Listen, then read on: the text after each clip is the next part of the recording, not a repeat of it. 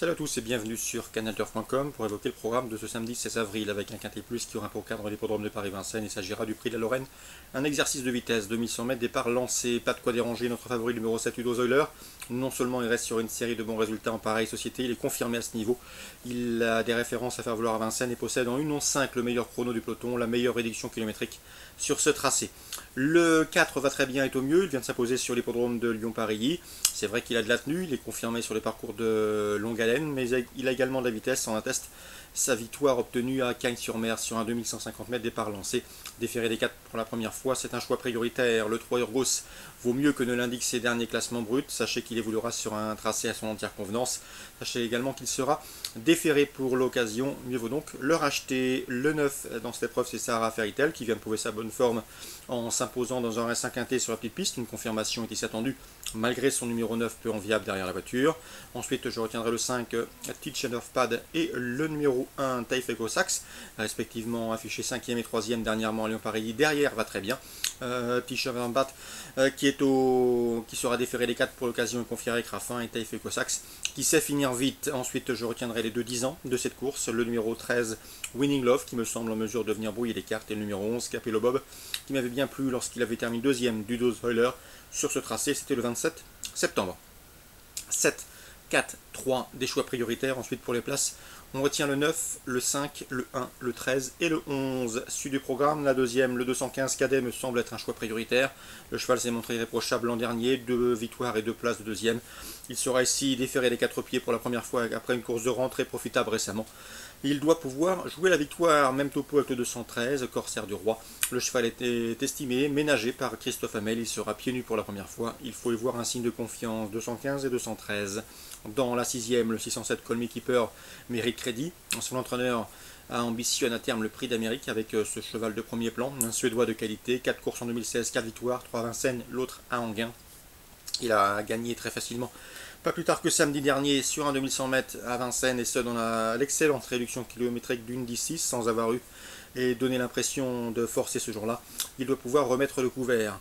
Donc le 607, Call Me Keeper, choix prioritaire dans le prix Henri Lévesque, l'un des deux groupes 2 à l'affiche de cette réunion.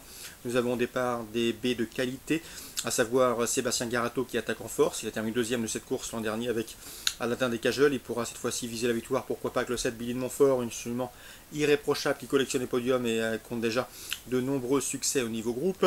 Le 4 également Bolerolov qui a dominé Billy de Montfort à l'occasion de son sacre dans le prix de sélection cette année, ou encore le 700 pour les contrées, on citera le 705 Bélina Josselin qui s'est permis le luxe de remporter 5 groupes 2 depuis le mois de décembre. Elle vient de devancer Bolerolov et Baltic Charm qu'elle retrouve ici dans le prix Robert Rouvray et s'annonce également comme une prétendante sérieuse au succès. 704, 5 et 7, un beau match en perspective dans ce prix Henri Lévesque, épreuve groupe 2 où on le déplorera seulement le manque de partants. Dans la suivante, nous avons le prix Emine, l'occasion de revoir en piste les meilleurs 3 ans actuels du moment, sous la selle. On a départ le 808 Dreamer Dello, le 807 Dictive Daquet. Dictive Daquet qui avait dominé Dreamer Dello à l'occasion de leur première sortie commune. C'était en début d'hiver. Mais depuis, Dreamer Dello a pris sa revanche, devançant le protégé de Philippe Allaire dans le prix Édouard Marcillac sur ce tracé fin février, mais également dans le prix Félicien Gauvreau. On prend les meilleurs commences une nouvelle fois. Ils doivent pouvoir jouer la victoire. 808 Dreamer Dello, 807. C'est Dictive Daquet. À noter que Dictive Daquet est un fils de Torrens Vedaquet qui avait remporté cette course en 2010. Pour le podium, pourquoi pas tenter le 804 Diva Charentaise. Elle est compliquée, certes, elle est délicate, mais elle ne manque pas de moyens et sage, elle peut parfaitement intégrer le podium. Voilà donc pour les infos de Vincennes. On va passer à Bordeaux maintenant, Réunion 3. Dans la première, on fera confiance aux 2 chevaux qui se connaissent, le 103 Polygame et le 101 Le Roger, respectivement affichés premier et deuxième courant février à Toulouse. Une confirmation est attendue. Didier Guillemin présent dans la deuxième, le 209 sans équivoque, une pouliche inédite qui travaille bien le matin, qui lui donne satisfaction. Il ne serait nullement surpris de l'avoir sur le podium d'entrée de jeu. Mieux vaut donc s'en méfier. Je lui opposerai les 2 protégés de Philippe Sogorb qui font l'objet de bruits favorables. Le 201 Fils de l'air et le 205 Cap Shop, donc dans la deuxième. Le 209 Didier Guillemin est loin d'être négatif, on l'associé au 1 et au 5. Dans la troisième, attention, 301 Duke of Ellington, son entraîneur lui a trouvé un engagement sur mesure. Un cheval qui avait terminé 4e et jugeé de courir au niveau listed À pareille époque l'an dernier, le Lotus a porté avec la décharge d'Hugo Journiac. C'est un choix prioritaire, le 301 Duke of Ellington. Dans la cinquième, le 501 Vomero retrouve les courses à réclamer avec des prétentions. Il a brillé à ce niveau cet hiver. Dans la septième, sachez que Didier Guillemin présente le 709 Greenhout, qu'il ne faut surtout pas juger sur son dernier échec à Auteuil, où la jument a beaucoup trop tiré. Ce n'est pourtant pas dans ses habitudes. Elle retrouve ici une opposition beaucoup plus à sa portée. Et l'occasion lui est donnée de refaire parler d'elle. D'après son entraîneur, elle est aussi efficace en haie comme en steeple. Donc le 709 Greenhout a racheté au dire de son mentor. On lui opposera et on lui associera le 701 Banco des Mottes, une jument qui affiche déjà 3 victoires en 4 sorties sur les obstacles. Elle aura surtout contre elle d'effectuer une rentrée, mais elle fait l'objet de bruit également flatteur et elle n'a pas besoin d'être à 100% à mon avis pour jouer les premiers rôles dans ce lot 701-709. Concernant maintenant la réunion 4 sur l'hippodrome de Moulins, je vous conseille le 701 Benny Wells.